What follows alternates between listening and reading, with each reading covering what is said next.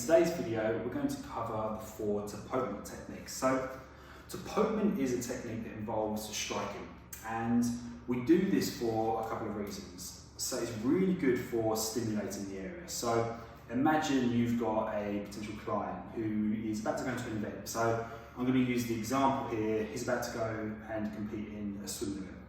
So what we want to do is we actually want to stimulate all of those back muscles and get them ready for that event, get the muscles firing properly. So we're going to use Tapotement for this, and there's 4 techniques that we're going to go through. So I'll break these down individually. The first one is what we call hacking. So hacking actually, again, as I mentioned before, involves striking. So it's good for stimulating those nerves, but it's also very good for kind of tenderizing, if that's the word you want to use, to kind of basically soften the muscles. So with the hacking, first thing we need to make sure is that our posture is good, because we don't want to cause ourselves any injury. So again, we're just going to ever so slightly hinge at the hips, almost like coming back into a partial squat. And with this technique, it's probably the ones you've seen in films and stuff before. We're actually going to be using the hands like a chopping motion, but there's a few things we need to bear in mind. We need to make sure that the wrists stay nice and loose, and so do the fingers as well. If we lock everything up, not only is that going to cause injury to ourselves, it's going to be a little bit more uncomfortable for the client. So with this one, as I said, it's literally striking. So we want to start off slow and then gradually build it up, because it takes a little bit of practice to get that rhythm. And again, the main thing here is we're going to avoid any impact on the bone. So we're avoiding the spine, and you'll notice that as I come up towards the scapula, I'm going to work my way around that as well.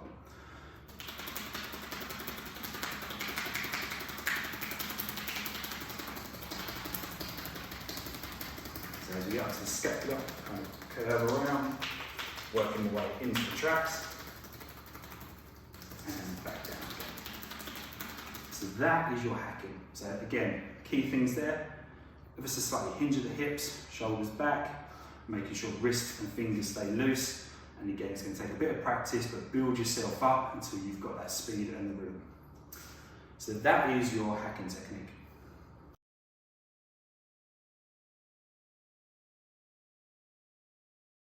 Okay, the second of your Tapotement techniques is beating. So again, all the same benefits are going to apply.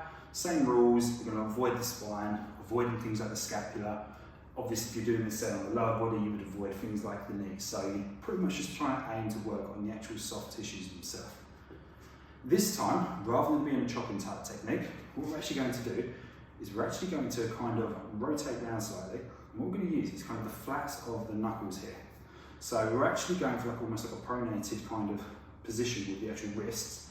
But again, same principles. We need to make sure the wrist stays loose. But we're using this part now to actually work the area. So again, start off nice and slow, build up that speed once you feel confident and you've got that rhythm. And again, working around the scapula.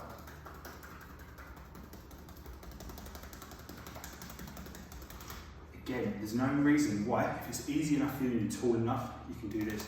Reaching over, working the other side at the same time,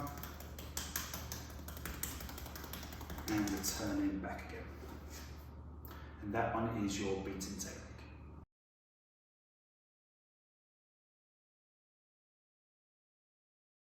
Okay, the third of your Tapotement techniques is pounding. So again, same as your previous two, all the same rules apply. This time around, what we're actually going to do is we're going to clench our fists, and we're actually going to work it in basically a movement like this. So again, coming up, avoiding that scapula. But this particular one allows you to get a little bit more pressure than the others, so it's very good for loosening a tight muscle, but again, also stimulated. So again, because obviously we're getting a little bit more pressure behind it, just be more mindful of like locations of the spine and the scapula, so we don't want to cause any impacts on those at all.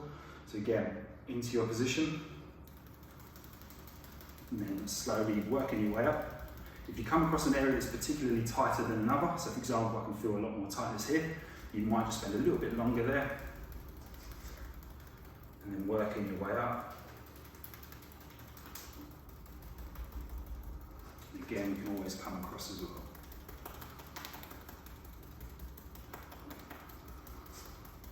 And that is your pounding technique.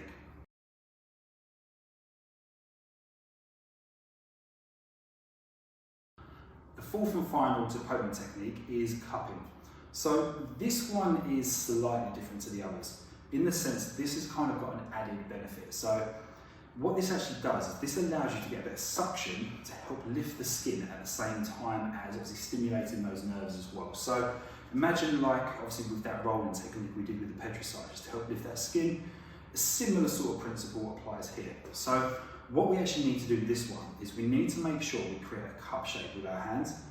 What we'll need to notice is you need to make sure there's no gaps at all. So it needs to be a nice, solid kind of grip. And what we're actually doing is we're looking for a particular noise. So we're kind of listening now. What we don't want to hear is like a slap. We're listening to like an echo. So as I do this now, you should hear an echo noise. And what I'll do is I will show you a way, for example, if you was doing it wrong, you would be able to kind of notice that straight away. So the correct way, if you listen to this, should sound like this.